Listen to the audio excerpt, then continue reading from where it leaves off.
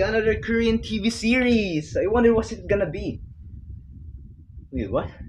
Wait, what?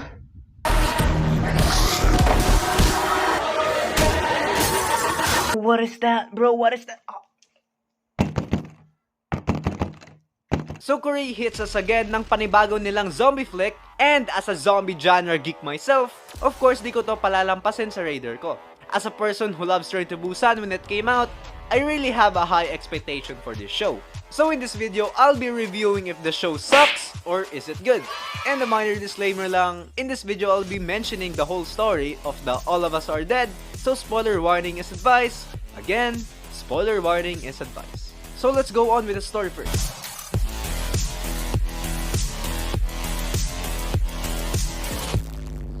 So there's a mad scientist teacher who made a virus that is similar to a rabies. Wow, totally original concept, as if we didn't see that on every zombie movies ever. But anyways, so the ground zero of this epidemic is set in school, and a lot of people got infected because of plot. So we are following the story of high schoolers and their journey to finding a cure or a vaccine, you know, like they always do. But spoiler alert, they didn't find any vaccine for this virus. And this type of virus are different from we see from Train to Busan or #Alive, but it is similar to Sweet Home's virus, because this type of virus can evolve or mutate and even control the consciousness of its host.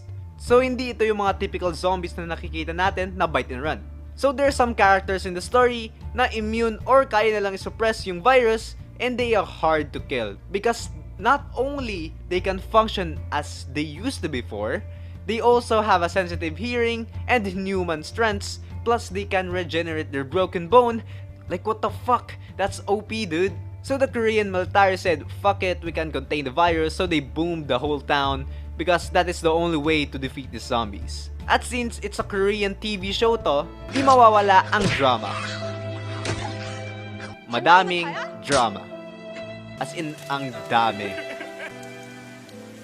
And a year later, after bombing the whole town, the remaining survivors came back to the school kasi meron silang usapan na magkikita sila after a year. Kasi, you know, miss na nila yung isa't isa.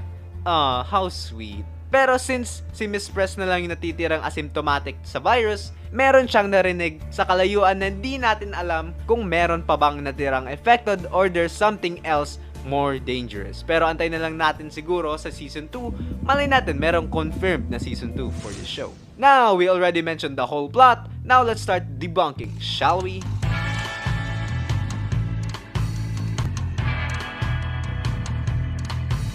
So, I'd like to congratulate on the staff and the director for making this awesome show, from paying attention to the small detail throughout the entire show. But there is some minor detail lang siguro na nakalimutan. So if this virus is a blood transfusion, edi sana naging zombie na yung mga main survivor ng story, because they contact a lot of blood from the infected individuals. And this trope of blood transfusion virus is kinda sharing the similarities on 28 Days Later franchise. Hindi yung basta kinagat ka na lang is infected ka na agad, and the fact that they follow the blood transfusion trope make it more accurate and more realistic.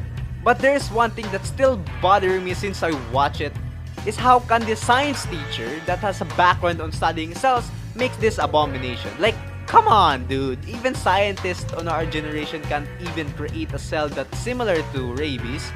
We are too early for that to happen.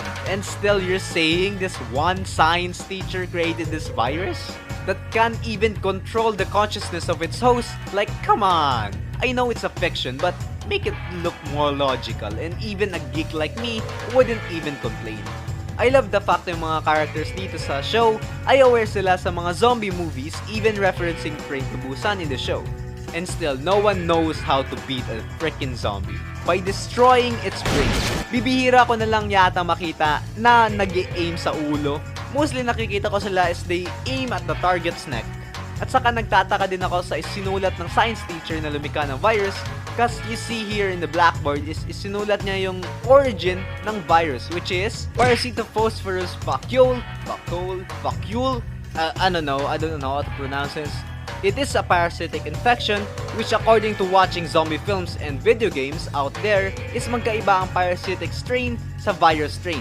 Here's why. Parasites can control its host, but once the host is killed, the parasite dies as well. Because it cannot live without a living host. Pretty much, in The Last of Us, the cordyceps, which is originally effects on ants, where it hijacks the ants and releases fungal spores to infect other insects. And viruses are infecting all of your cells on your body. Pretty much how a zombie apocalypse. It's spread throughout your entire body or to take control over the consciousness of the host. And viruses can live without a living host. Whoa, I didn't expect my nerdiness would kick out. Hey, but that's what I know about difference between viruses and parasitic strain.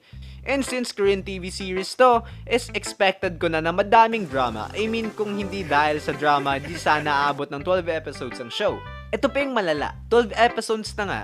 And the show's runtime is almost an hour long. So as a person with a fucked up sleeping schedule, so I've been awake for almost 12 hours of watching and analyzing the show and making content about it, cause why not, you know? I love the show and I got attached to it. Alright, dito naman tayo sa word na attachment. As a person who watches a lot of zombie movies, I already know na kung ano yung mangyayari sa mga characters na maraming screen time. And good thing, I never really got into the point that I got too emotional just for a character to die.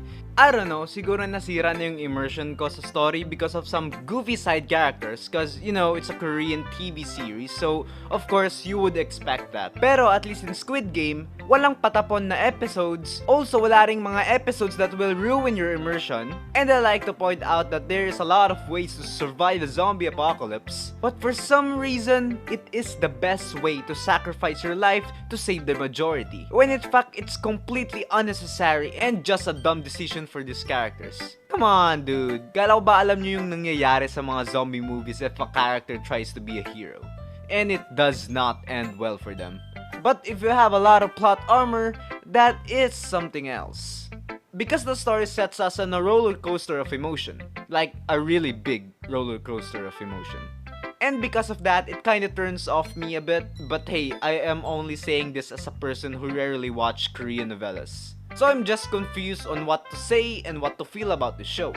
But overall, I like the concept of the show, the plot device is unique on its own, and for the synopsis of the show's ending, because in the ending, Namor said that there is more like me, which means there is more asymptomatic patients like her, so which means there's a possibility that there will be a season 2, and maybe in the next season, there will be an uprising of the hybrid zombies, and maybe they'll reveal that Chung-san is actually alive all along. Wow! But hey, that's just a theory. A film theory. Bawal baka makopyright ako. So hopefully nag-enjoy ka sa panonood, and this video is all of my opinions about the show. And the review for the show, if it's good or bad, I'm gonna say that it's good. There are some plot holes here and there, but nonetheless, it is a wonderful show. So please like and subscribe for more TV shows, animes, and movie review like this. With that, kita-kits lang siguro sa next vid, and yeah, dyan eh.